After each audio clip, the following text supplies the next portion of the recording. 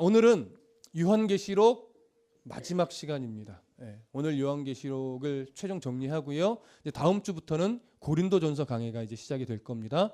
여러분 틈틈이 고린도전서 말씀을 좀 읽어주시면 좋겠고요. 사실은 우리가 저번 시간에 요한계시록의 결론과 같은 말씀을 나누었어요. 결국 뭐였냐면 계시록의 모든 말씀은 신실하고 참되신 말씀이며 그 말씀은 반드시 뭐하다? 이루어지는 말씀이다. 그리고 그 말씀대로 예수님 분명히 속히 오신다. 속히 오신다라고 하는 것은 시간적으로 빨리 오신다라고 하는 것이 아니라 도적처럼 갑자기 돌연하게 오신다. 그런 말씀이었습니다. 예수님은 분명히 오시는데 돌연히 갑작스럽게 오시기 때문에 우리는 예수님이 언제 온다고 늘 여기며 살아야 된다고요? 내일. 예수님이 내일 온다고 우리는 여기며 오늘을 살아가는데 예수님이 내일 오니까 오늘 그냥 모든 걸 버리고 살아가는 것이 아니라 어제 살았던 것처럼 오늘을 사는 거예요. 어제 믿음으로 견디어냈던 것처럼 오늘 믿음으로 견디며 살아가는 거예요. 오늘 어제 하나님 나라의 소망을 가지고 살았던 것처럼 오늘 그 하나님 나라의 소망을 가지고 내일 오실 주님을 고대하며 살아내는 겁니다. 그게 종말을 살아가는 성도들의 바른 자세입니다. 이제 오늘 8절 이하의 말씀은요, 최종 결론이면서도 마치 에필로그와 같은, 이미 결론을 다 내놓고 마지막 에필로그처럼 말씀을 나누는 또 그런 의미로도 보실 수 있습니다. 자, 먼저 어디를 보시냐면 8절과 9절을 한 번 더 다 같이 읽어보겠습니다. 8절과 9절 시작.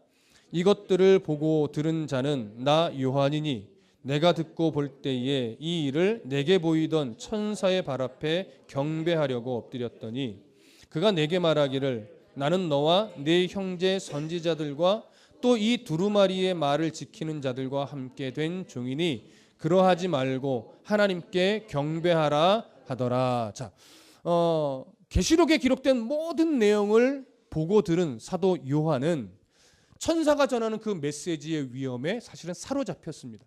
그 말씀의 놀라우심, 계시록을 통해서 주시는 말씀의 위대하심, 그 말씀을 다 듣고 나서 사도 요한이 얼마나 그 말씀의 위험에, 그 말씀이 주는 위험에 놀랍게 붙잡혔는지 말씀을 전하던 천사 앞에 무릎을 꿇었습니다. 천사를 경배한다라고 하는 의미보다는 그 말씀의 위험 때문에 자기도 모르게 천사 앞에 뭐예요? 무릎을 꿇게 된 거죠. 그랬더니 그 천사가 요한에게 뭐라고 말합니까? 그러하지 말라. 나도 너와 같이 동일한 하나님 말씀을 전하는 종일 뿐이다. 그러니까 어떻게 해요? 하나님께만 경배하라, 이 얘기를 합니다. 여러분, 이 부분은 굉장히 중요합니다. 요한계시록을 마무리하면서 사도 요한에게 마치 그 천사가 주는 말씀인 양 순간 그 압도되어 천사 앞에 무릎을 꿇었던 요한에게 천사는 그리하지 말고 누구에게만? 하나님께만 경배하라. 이게 왜 중요하냐면 계시록의 말씀이 증거되어지고 선포하면서 살며시 누가 드러나면 안 돼요? 어떤 사람이 드러나면 안 돼요. 한 사람의 어떤 탁월한 계시라든가 계시록의 말씀에 뭔가가 있는 것처럼 어느 한 사람을 조금이라도 더 강조하거나 드러내면 안 된다라고 하는 거예요. 오직 누구만? 하나님만.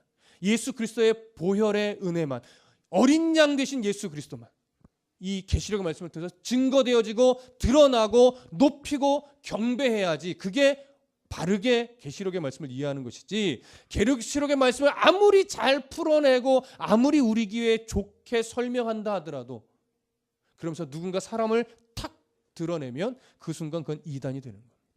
계시록은 또 더군다나 위험적인 요소가 참 많습니다. 그래서 계시록을 통해서는 하나님을 바라보고 다시 오실 예수 그리스도만 우리 안에 채워져야 됩니다.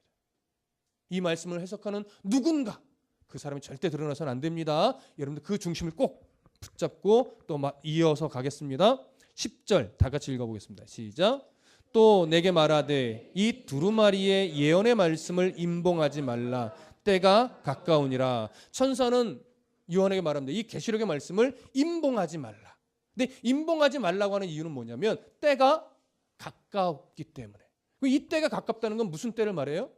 예수님이 모든 역사를 끝내고 재림하실 때가 가깝다라고 하는 겁니다. 그럼 이 가깝다 또한 시간적인 가까움이라기보다는 어떤 의미예요? 갑자기 오신다. 예수님은 갑자기 오시니까 너희들은 이 말씀을 지금 너희들만의 말씀으로 이렇게 감추어 놓고 우리들만 들으라는 말이 아니라 예수님이 내일 오실 수도 있으니까 오늘 이 계시록의 바른 말씀이 나의 가족들에게, 이웃들에게, 내가 살아가는 그 자리에서 누군가에게 증거되어질 수 있도록 드러내는 삶을 살라는 거죠. 로마서의 말씀처럼 하나님의 선하시고 기뻐하시고 온전한 뜻이 무엇인지 뭐하라? 분별하라. 그러나 그 분별하라고 하는 단어는 어떤 의미에 더 가깝다고요? 입증하라. 하나님, 너희들의 삶의 그 자리에서 하나님의 선하시고 기뻐하시고 온전한 뜻이 무엇인지 입증해내는 삶을 살라는 거죠. 그 입증해낸다는 건 뭐예요? 하나님이 이런 마음을 갖고 있습니다. 하나님은 모든 역사를 통해서 이런 계획을 갖고 계십니다. 그들이 그 하나님을 보고 듣고 때로는 느낄 수 있도록 내가 성도의 삶을 바르게 살아내라는 거죠. 그래서 기회를 주면 또 말로도 전하라는 거죠. 또 기회를 주면 그 손 붙잡고 교회로 나와 하나님의 말씀을 들을 수 있도록 여러분이 안내자 역할을 하라는 거죠. 그게 바로 뭐냐면 오늘 계시록에서는 임봉하지 말라 이런 의미로 지금 우리에게 말씀을 하고 있는 겁니다. 우리만의 복음이 아닙니다. 우리와 함께 누군가도 복음을 듣고 함께 하나님의 나라를 소망하며 그리스도인으로서 살아가야 하는 거죠. 그 일에 하나님이 우리를 쓰고 싶은 겁니다. 그 일에 우리를 쓰기 위해서 우리는 하루하루의 삶에 정말 최선을 다하며 살아내야만 하는 겁니다. 그럴 때 하나님이 드러납니다. 그럴 때 하나님이 증거되어집니다. 그럴 때 하나님이 오실 날이 가까워지는 거예요. 자, 한번 기억을 더듬어 보십시오.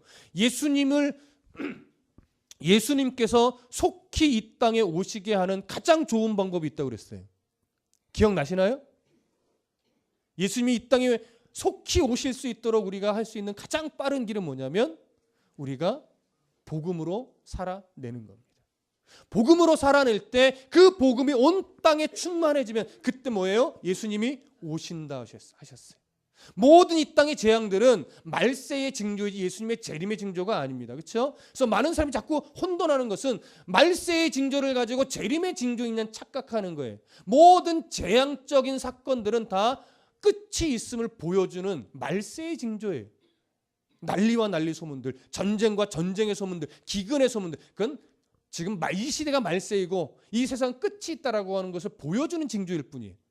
예수님의 재림의 징조는 뭐예요? 전쟁이 이렇게 막 터지는 거 보니까 예수님이 오실 것 같아. 성경을 잘 모르는 거예요. 복음이 이렇게 충만하게 온 세상 곳곳에 우리 가정 구석구석에 증거되어지고 있는 것을 보니 예수님이 곧 오시겠네. 이렇게 우리가 분별하여 오늘을 바르게 사는 것이지 세상에 안 좋은 일이 일어나니까 예수님이 곧 오실 거야. 그건 성경을 잘못 보는 거예요. 재림의 징조는 우리가 복음으로 충만해질 때, 또 선교지 곳곳이 복음으로 충만해질 때, 그래서 하나님이 이제 이 정도 복음이면 충분하다라고 하나님이 판단하실 때, 그때 예수님이 뭐예요? 오시는 겁니다. 우리는 그때를 알지 못해요. 그래서 우리가 오늘을 더 성도의 삶을 살아내는 것이 중요한 거예요.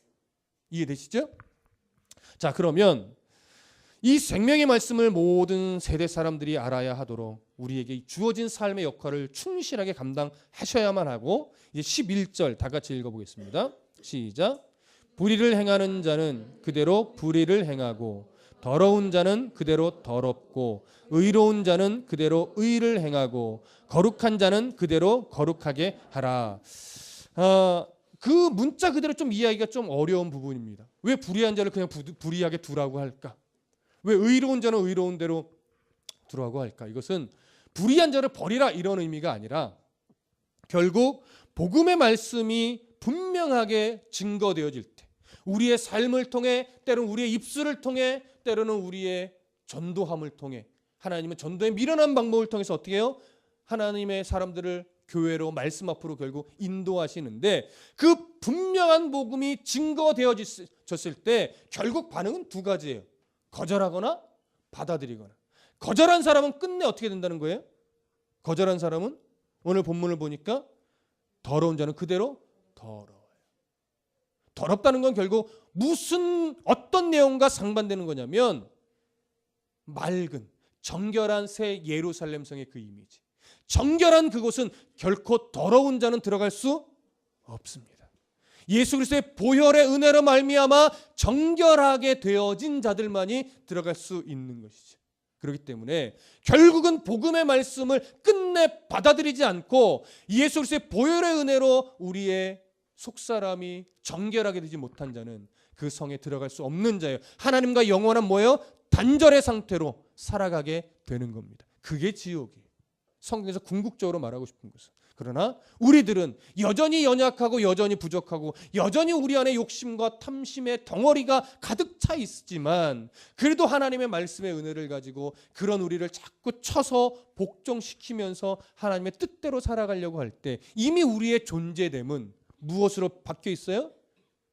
두루마기를 빨아요. 어디에? 보혈의 피. 그래서 우리의 속사람은 이미 정결한 백성이 된 거예요. 그 영광, 그 은혜를 가지고 우리는 하나님의 나라, 새 예루살렘으로 들어가는 겁니다. 하나님과 영원한 친밀한 교제 안으로 들어가는 겁니다. 그게 천국입니다. 그게 새하늘과 새 땅입니다. 이미 우리는 그러한 존재가 된 자들이에요. 그래서 이 땅에서 훈련받기를 그 성에 들어가기에 합당한 자가 되기 위해 더 우리를 쳐서 복종시키는 훈련의 삶을 살아내기에 우리는 더 각오하고 결심해야 하는 겁니다. 그런 삶을 참 잘 살아가고들 계시는 거예요. 그래서 스스로들 위로하셔도 돼요. 아, 나 잘 살아가고 있구나. 내가 주님 말씀만 붙잡고 이 세상의 어떠함 때문에 연연해하지 않고 그저 주님이 주시는 정직과 주님이 주시는 성실과 주님이 주신 소망 가지고 흔들리지 말고 내가 오늘을 살아가고 있으니 나는 참 잘 살아가고 있구나. 여러분 이러한 위로는 충분히 하셔도 됩니다. 여러분들 참 잘 살아내고 계시는 겁니다. 자,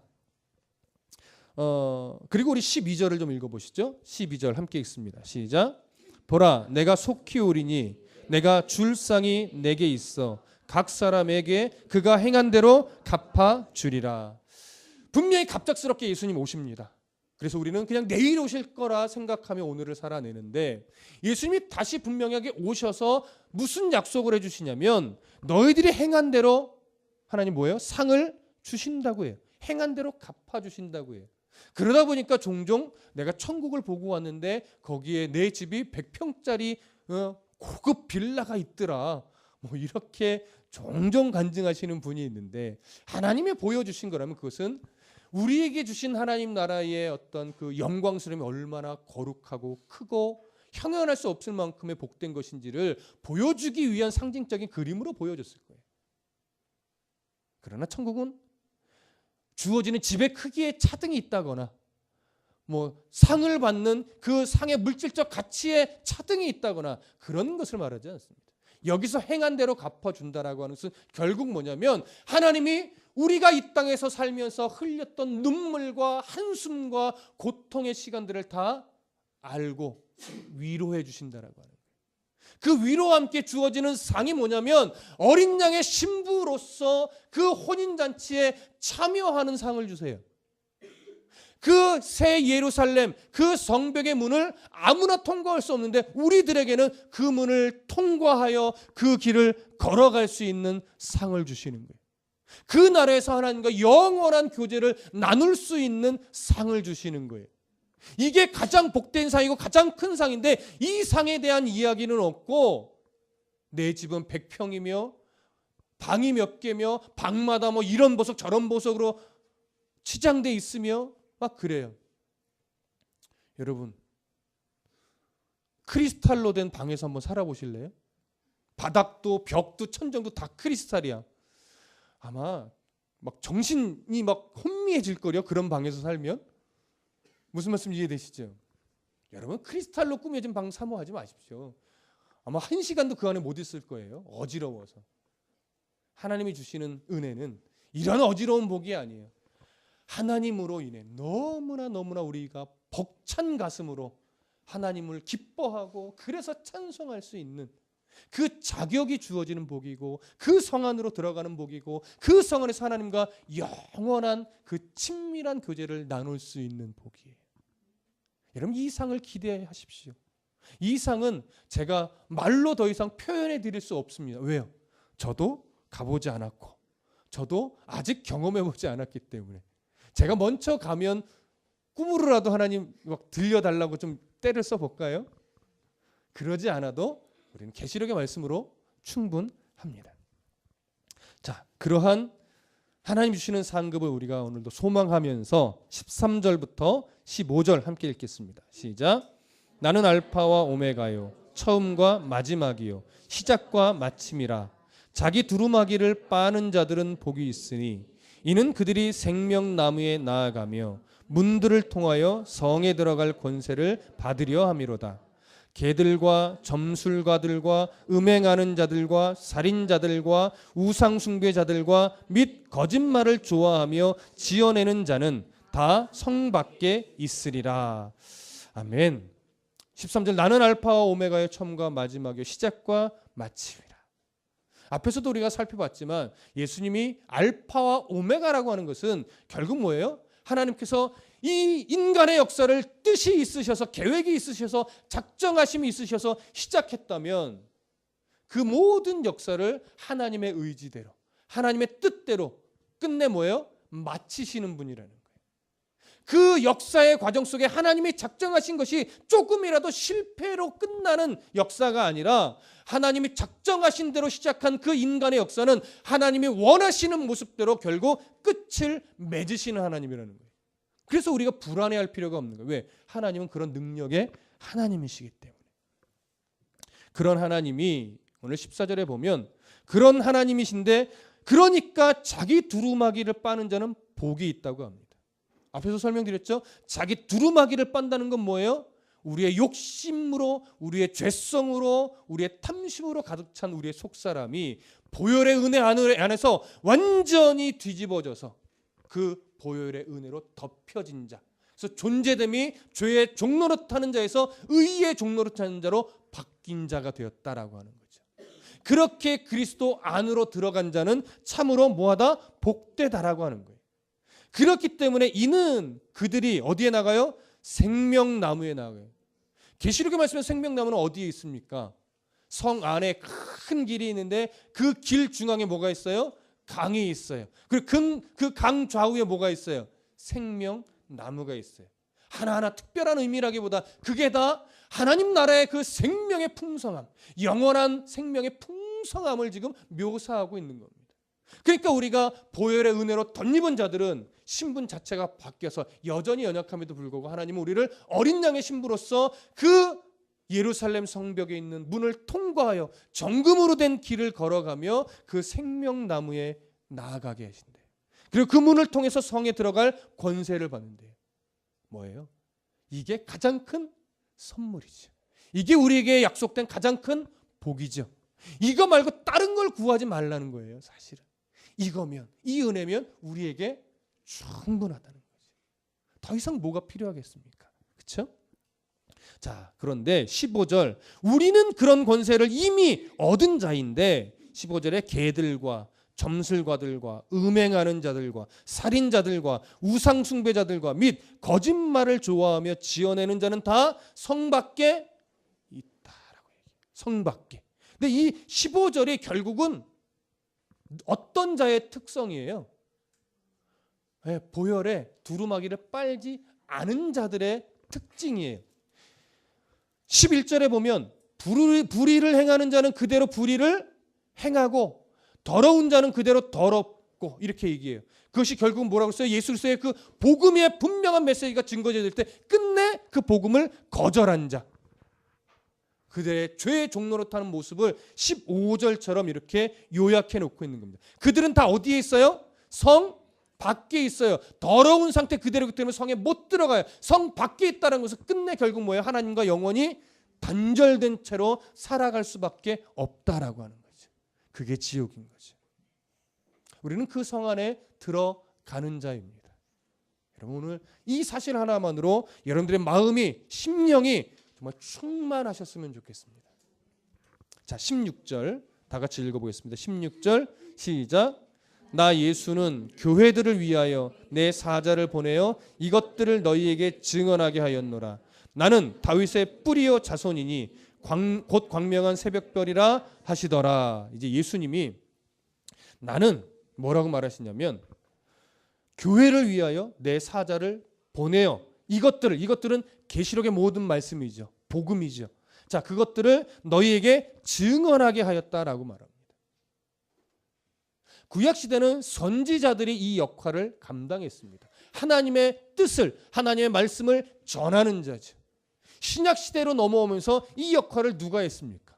사도들이 했고 이 역할을 예수를 믿는 자들이 증인으로서 땅끝까지 이르러내 증인이 되라는 말씀을 의지하여 모든 믿음의 백성들이 해내고 있습니다. 그 증인의 삶은 오늘 우리들에게까지도 이어져 내려오는 말씀입니다. 특별히 그 말씀 중에서도 내 사자를 보내어 이것들을 증언하게 할 때 이것은 하나님의 말씀을 전하는 자에게 조금 더 초점이 맞춰진 이야기입니다. 오늘날 그 역할을 오늘날 누가 해요? 목회자들이 하는 거예요. 기본적으로. 목회자들이 잘났거나 특별하다는 이야기가 아니라 하나님이 이 말씀을, 계시록의 말씀을, 복음의 메시지를 바르게 해석하고 바르게 분석하여 성도들에게 바르게 전하게 하는 그 역할을 목회자들에게 맞춰 주었다라고. 이게 사명이라고 하는 거예요. 예전에 이런 얘기를 들었습니다. 어느 목사님이 2시간 만에 설교 10편 작성하는 법, 이런 세미나를 하셨어요. 좀 가지도 않았죠. 왜? 말도 안 되니까. 2시간 만에 설교 10편을 작성한다는 것은 이런 전제가 있으면 가능합니다. 10편을 쓰기 위해서 수십 시간의 준비된 흔적들이 있다면 마지막 원고를 작성하는 건 2시간 만에 할 수 있겠죠. 그러나 그런 전제가 없이 2시간 만에 설교 10편을 쓴다고 하면 제가 볼 때는 그것은 설교가 아닙니다. 자기의 말을 하고 싶은 거죠. 자기의 말을 만들어내는 거죠. 죄송합니다. 그건 뭐예요? 설교가 아닙니다. 오늘 계시록은 분명히 말합니다. 교회들을 위하여 내 사자를 보내어 이것들을 너희에게 증언하는 거예요. 성경의 말씀을, 또한 계시록의 말씀을 바르게 해석하여 바르게 전하는 것이 목회자의 사명이요 책임이요 의무인데, 이러한 노력과 애씀이 없다면 그것은 목회자가 자기의 역할을 소홀히 하는 것이며 책임을 다하지 못하는 것이며 의무를 저버리는 거예요. 그래서 목회자들이 가장 먼저 앞서야 될 것은 성경을 바르게 분석하고 이해하고 해석하며 스스로 먼저 도전과 은혜를 받는 겁니다. 내 안의 말씀으로 인한 그 벅찬 감동이 있는데 그게 어찌 성도들에게 똑같이 전달이 안 되겠느냐고요. 하나님의 말씀인데. 그래서 복음은, 말씀은 말씀의 검이라고 했는데 그 검은 우리의 골수를, 심령 골수를 쪼개고도 남는 말씀이라고 했는데 자기 말을 하면 여러분이 감동은 받습니다. 그러나 생명이 변하지는 않습니다. 복음이 증거되어지면 감동은 덜 할 수 있습니다. 그러나 우리 안에 생명이 살아납니다. 여러분, 생명이 살아나야 됩니다. 우리의 속사람이 새로워져야 됩니다. 무엇으로? 말씀으로. 그래서 목회자도 치열하게 말씀과 싸워야 되고 여러분 또한 들은 말씀이 정말 그러한가, 베레아 사람처럼 정말 그런가 상고하는 씨름이 필요합니다. 목사가 말하는 것이 무조건 맞는 게 아니란 말이에요. 하나님이 원하시는 그 말씀을 바르게 전하고 있는가, 목사의 입을 통해서 증거되는 말씀이 정말 하나님의 말씀인가 상고하는 씨름이 필요해요. 여러분, 저는 그래서 종종 아멘 해야 됩니다 이렇게 강조하시는 분이 있어요. 그건 정말 옳은 말이에요. 그러나 여러분, 아멘을 좀 삼가해서 하십시오. 정말 옳은 말씀, 내가 듣긴 싫어도 나의 연약함을 찌르고 나의 죄성을 지적해주는 옳은 말씀이 선포되어질 때 그 말씀에 아멘 해야 돼요. 예전에 어느 집회를 이제 젊은 사역자 때 가게 됐는데 정말 말도 안 되는 농담이에요. 어떤 여성을 비하하는 것도 있었고 성적인 뉘앙스도 있었고 그런 걸 좀 재밌게, 졸지 않도록 재밌게 해줘야 되는 명분 아래 그런 농담을 해요, 목사님들이 강단에서. 근데 거기에 앉은 그런 정말 말도 안 되고 유치한 그런 농담에 뭐 했는 줄 알았어요? 아멘! 난 정말 미쳐버리는 줄 알았어요. 아멘을 그런데 써먹는단 말이에요. 그런데 아니에요. 내 죄성을 지적할 때 아멘 하면서 내 죄성을 깎기를 소망합니다. 복음이 선포될 때 아멘, 저도 그 역할의 한 모퉁이를 감당하겠습니다. 이렇게 아멘을 해야 되는데 좀 재밌는 멘트에도 아멘. 성경과 전혀 다른 메시지를 전해도 재밌으면 아멘. 여러분, 아멘을 삼가해서 하십시오. 정말 복음의 메시지와 내 마음에 부합하여 그대로 내가 인정하고 동의합니다라고 하는 심령의 외침이 있을 때 그때 아멘을 쓰십시오. 아무 때나 덮어놓고 분별 없이 아멘을 남발하지 마십시오. 무슨 말씀 이해되십니까? 목회자도 그렇게 전해야 되고 성도도 그렇게 들어야 됩니다. 그래서 전하는 자도 전한 거답게 살아야 되고 성도 또한 들은 메시지 그것 붙잡고 살아내셔야 되는데 우리가 그 씨름을 안 하면 그냥 아무 말씀이나 그냥 내게 듣기 좋으면 그 말씀대로 살면 어떻게 되겠습니까? 자기 소견에 옳은 대로 살아가는 것이죠. 말씀이 내 심령을 찌를 때 그 말씀을 붙잡고 살아가는 거예요. 꼭 그런 은혜가 있기를 소원합니다.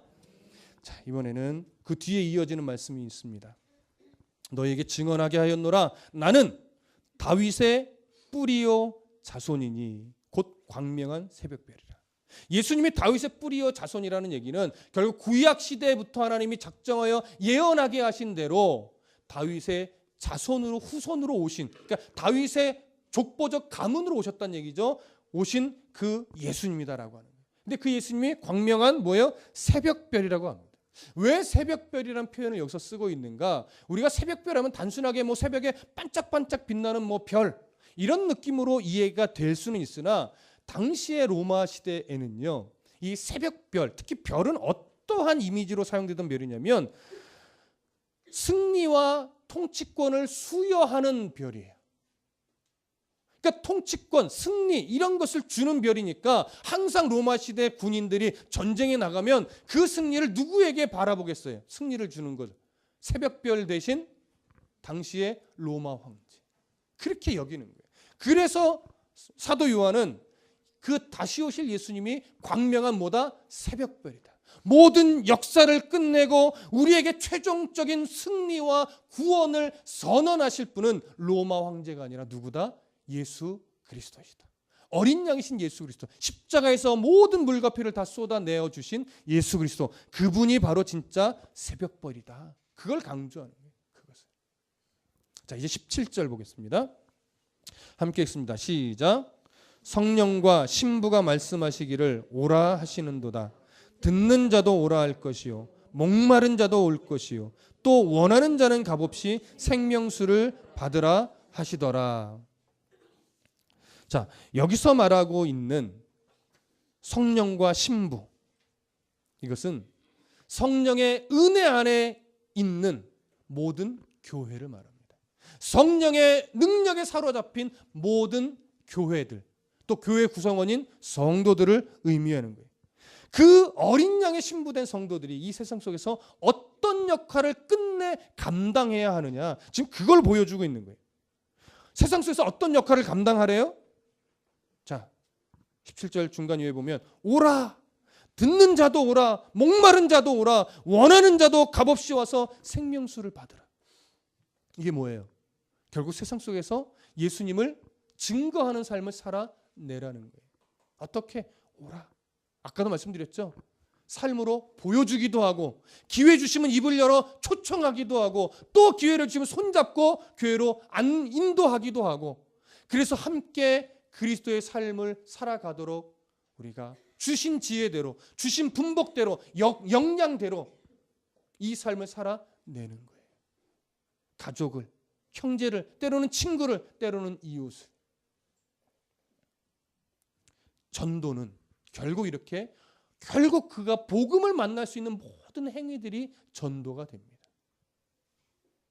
그 마음 가지고 사랑을 나누셔야 돼요. 그 마음 가지고 겸손히 섬기셔야 돼요. 그 마음 가지고 관계를 맺어 가셔야 됩니다.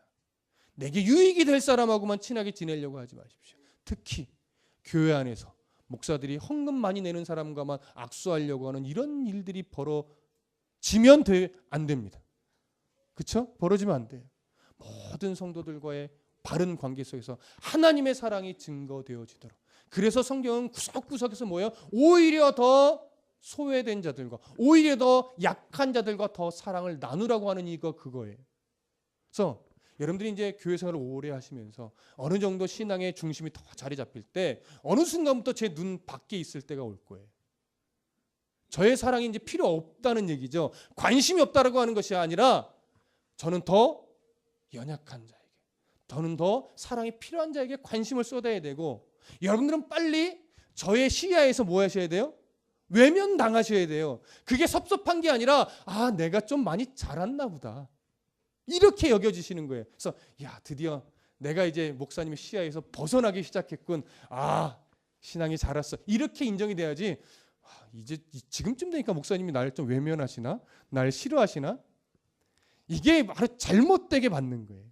무슨 말인지 아시겠죠? 빨리 저의 시야에서 벗어나십시오. 그러면 좋은 신앙이 되는 거예요. 그렇게 되기를 소망합니다. 자, 이제 18절, 19절 읽겠습니다. 18절, 19절 시작.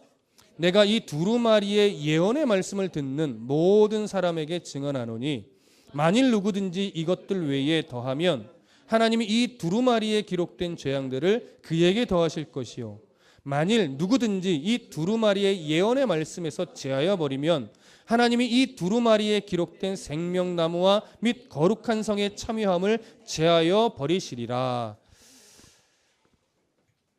굉장히 조심하셔야 되는 말씀입니다. 특히 계시록 뭐라고 말해요? 더해도 안 되고 빼도 안 된다라고 하는 거예요. 이 얘기는 사도 요한이 전한 계시록의 말씀으로 종말에 대한 이해는 충분하다, 부족하다? 충분하다. 누군가 계시록의 말씀을 정말 신선하게 전한대 라고 할 때 들어볼 수 있습니다. 그런 거 듣지 마세요, 이런 게 아니에요. 근데 들어볼 때 뭐가 있어야 된다? 분별력. 이게 계시록의 말씀을 더 분명하게 해석하여 전하는 것이냐, 아니면 잘하는 것처럼 포장되면서 뭔가를 덧붙이고 있는 거냐, 아니면 뭔가를 빼고 있느냐를 분별하여 들으시면 돼요. 근데 분별 없이 막 보고 왔대, 갔다 왔대 이러는 유혹에는 빠지지 말라고 하는 거예요. 누군가 보고 온 걸 전해야만 우리의 믿음이 자란다면 계시록의 말씀이 필요가 없단 말이에요. 이걸 주실 이유가 없어요. 무슨 말씀 이해되시죠? 그래서 복음에 대한 이해, 특히 계시록에 대한 이해는 성경 요한계시록 안에 기록되어 있는 내용을 바르고 건강하게 해석하여 우리가 전달받았으면 그것으로 충분하다고 하는 겁니다. 뭔가 부족한 듯 여기지 않으셔야 됩니다. 자, 그다음에 그래서 이 교회의 어떤 생명을 좌우하는 것은 결국 뭐냐면 말씀의 순결성을 얼마나 바르게 지켜내느냐가 교회의 그 변질되지 않는 힘이 되는 거예요. 그래서 말씀이 얼마나 순수하게 증거되어지느냐. 근데 그 말씀이 자꾸 변질되는 이유는 뭐냐면, 잘 들으세요.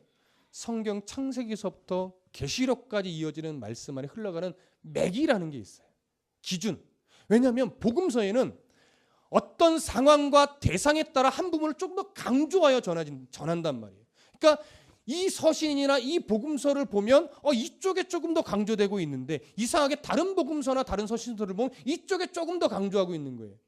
그럼 왜 이런 차이가 나요? 이게 다른 복음을 말하는 것이 아니라 대상과 그들에게 필요한 메시지 때문에 약간 한쪽으로 치우치는 것뿐이에요. 그런데 이 반대되는 내용이나 메시지를 염두에 두지 않고 이쪽만 바라보면 이것만 맞다, 이쪽은 틀렸다, 이렇게 가는 거예요. 그러니까 뭐가 필요하냐면 성경 전체에 흘러가고 있는 복음의 기준과 부합하냐, 그 맥과 부합하냐, 이것을 염두에 둬야 돼요. 한쪽으로 치우치면 안 돼요. 보통 한쪽으로 치우친 외침을 하는 자들의 특징은 뭐냐면요, 전체에 흘러가는 맥을 고려하지 않고 절과 절을 그냥 연결시키거나 단어와 단어를 연결시켜서 거기에 편중된 치우친 메시지를 진짜 전체의 메시지인 양 막 외쳐대는 거예요. 그러면 전체적인 맥을 모르고 뭔가 사모함이 있는 사람은 거기에 홀다닥 넘어가요. 왜? 전체적인 문맥을 배워본 적이 없어서. 혼자 읽기는 읽었는데 뜻을 몰라서 갑갑해하는데 마치 이것과 이것이 오묘하게 연결돼서 마치 새로운 신비한 말씀처럼 여겨지니까 거기에 마음을 홀가닥 뺏기는 거예요. 우리가 먼저 알아야 될 것은 그래서 성경 전체에 흘러가는 하나님의 마음이 뭐냐, 하나님의 기준이 뭐냐, 이것들을 정확하게 먼저 배우는 것이 가장 중요해요. 그 맥 안에서, 그 조화 안에서 우리가 성경을 읽어가다 보면 한쪽에 치우칠 위험성이 적은 거예요. 그래서 신약과 구약을 같이 고르게 우리가 듣고 배워야 하는 이유가 거기에 있습니다. 구약 없이 신약을 말할 수 없고 신약 없이 구약의 가치가 더 완전해질 수 없습니다. 구약과 신약은 함께 보완해주고 조화를 이루며, 그래서 그 구약과 신약이 함께 우리에게 마음의 양식으로 올 때 하나님의 말씀이 더 선명해집니다. 너무 신약에 치우치시면 안 돼요. 구약과 신약을 그래서 우리가 같이 가려고 하는 겁니다. 자, 이제 마지막 20절, 21절 보겠습니다. 마지막 20절, 21절 함께 읽습니다. 시작. 이것들을 증언하신 이가 이르시되 내가 진실로 속히 오리라 하시거늘 아멘. 주 예수여 오시옵소서. 주 예수의 은혜가 모든 자들에게 있을지어다. 아멘. 내가 진실로 속히 오리라 말씀하셨습니다. 언제 오신다고요? 내일 오신다니까요. 내일 갑자기 내일 몇 시에 올지도 몰라요. 그렇죠? 예수님은 분명 곧 오신다는 거예요. 도덕처럼 갑작스럽게 오시는데 그렇게 하니까 요한이 말합니다. 아멘. 주 예수여 오시옵소서. 우리가 오전에 예배 시작하기 전에 찬양을 마라나타라는 찬양을 불렀습니다. 마라나타 뜻이 뭐예요? 아멘. 주 예수여 오시옵소서. 근데 실제로 마라나타라고 하는 이 단어는 아람어입니다. 히브리어의 한쪽 사투리죠. 아람어인데 아람어의 마라나타를 풀어서 해석하면 아멘. 주 예수여 오시옵소서예요. 계시록에 마라나타라고 하는 단어는 쓰여지지 않습니다. 없습니다. 갈라디아서에 있어요. 그래서 헬라어로 마라나타 하면 그냥 마라나타는 음력하는 거고 오늘 계시록은 그것을 음력하지 않고 풀어서 설명한 거예요. 자, 아멘. 이건 뭡니까? 이것도 히브리어예요. 근데 우리는 그걸 그대로 음력하여 써요. 아멘을 풀어서 쓰면 뭐예요? 진실로 그러합니다. 때로는 제가 동의합니다. 인정합니다. 그런 거예요. 근데 그것을 우리가 풀어서 쓰지 않고 이제는 아멘이라고 해도 그냥 우리 한국말처럼 자연스러워졌죠. 그래서 아멘이에요.